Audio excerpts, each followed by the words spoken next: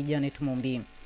Na nikianza taarifa ni kwamba seneta mteule kwenye kaunti ya Mombasa Miraji Abdillahi ametoa wito kwa wanandoa kutafuta ushauri nasaha wa ndoa kama njia mojawapo ya kupunguza idadi ya talaka zilizokithiri kwenye jamii. Akizungumza kwenye kaunti ya Kwale, Miraji amesema kuwa kuna ongezeko la wanandoa kutalakiana pasi na sababu za msingi. Miraji pia amesema hilo limechangia kwa watoto wengi kukosa malezi mema kutoka kwa wazazi wao baada ya kutalakiana. Musikose kutafuta ushauri nasaha, kwa sababu tunaona talaka nyingi zimekuwa zikiandikishwa na ni kwa sababu ya mambo madogo madogo. Ukiona kuna changamoto imekuzidia, kuna ndugu zetu hapa makazi wameinushwa na wametambulishwa, msione aibu wala msione haya. Hakuna kitu kinaitwa perfect marriage. Ndoa yenyewe ni mtihani, na mzae watoto ambao mtawapa elimu na nasaha ya kuwa Uislamu ni nini na maisha ni nini.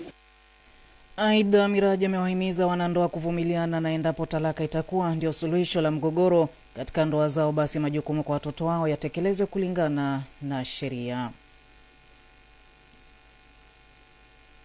Ni kwa sababu talaka zinapotoka, wanaume wanaona wanawataliki pia watoto wao, wanakataa kujukumika kuwasaidia watoto wao.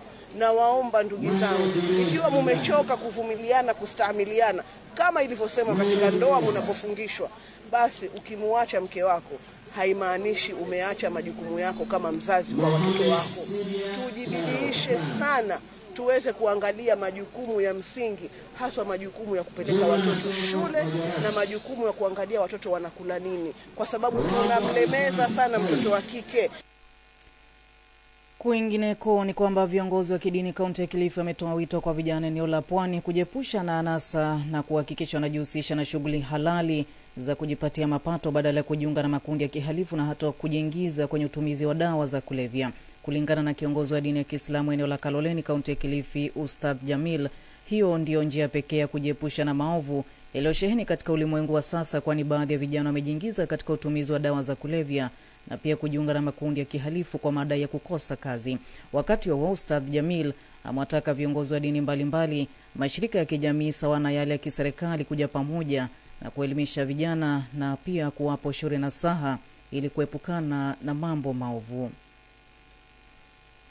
Leo maadili yameharibika sana, yameporomoka sana. Makundi katika vijana, watu wanashindwa kujishughulisha na mambo mbalimbali. Yani watu wajitahidi, kwa sababu kukaa idle tu huna kazi yoyote pia inachangia kuleta fikra chafu na fikra mbaya. Wale watu wanaingia kwenye madawa ya kulevya, ya makokeni na mihadharati mingine ambayo isiyofaa. Leo umefikia watu wameingia katika mambo ya ushoga na nini kwa ajili ya tamaa, na hii yote wengine wanataka urahisi wa mambo. Sasa lau wote watajibidisha na wakafanya juhudi vijana.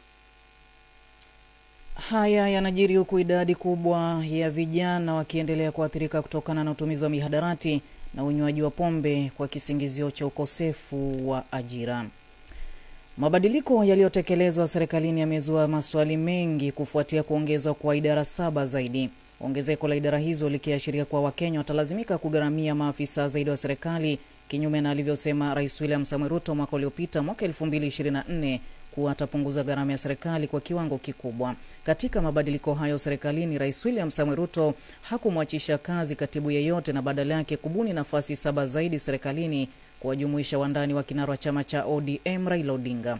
Idara mpya zilizojumuishwa ni pamoja na idara ya kazi, idara ya haki za binadamu, uratibu wa serikali kuu, uwekezaji wa umma na usimamizi wa mali, sayansi na utafiti, mipango maalum na huduma za watoto. Na kwenye kaunti ya Mombasa ni kwamba wakazi wa Likoni kwenye kaunti ya Mombasa wanaishi kwa hofu kufuatia msururu wa visa vya wahalifu au magenge ya kihalifu kuvunja na pia kupora maduka nyakati za usiku. Wakazi hawa wanasema juma iliyopita maduka 8 katika maeneo ya Kwandoro, Seltel, Pungu Villa na Sharka yalivunjwa na mali ya thamani isiyojulikana kuporwa. Baadhi ya wafanyabiashara waliovunjiwa maduka yao wakiongozwa na Christina Regi wamekashifu hatua ya polisi kufika kuchelewa katika maeneo hayo.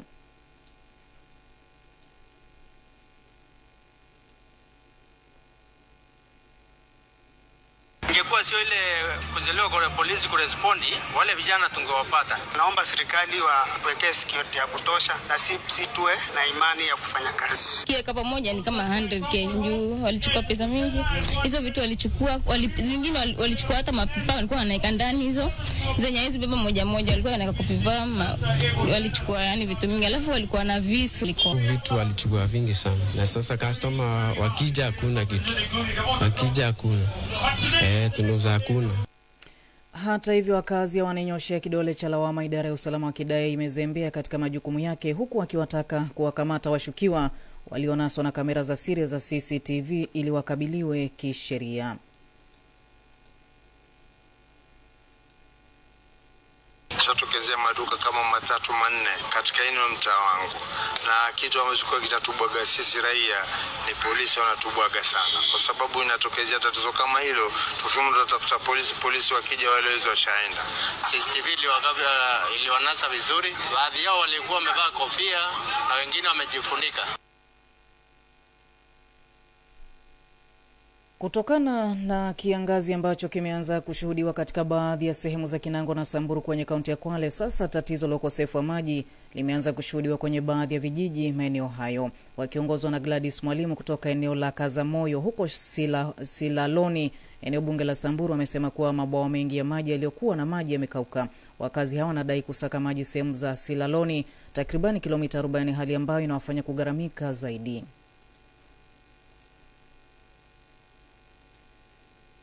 Tulikuwa tutegemea maji ya Msarani, sasa yameisha, mimea yetu yakauka. Sasa tunavyoongea tunatumia maji machafu. Sisi huku tuna shida ya maji kwa sababu katika mabwawa yetu ya maji imekauka na maji ni sasa ni shida. Na Nyale Nzololo kutoka kijiji cha Kanjaocha amesema kuwa anahofia kuugua magonjwa mbalimbali kama kipindupindu kutokana na unywaji wa maji chafu ambayo sio salama kwa matumizi.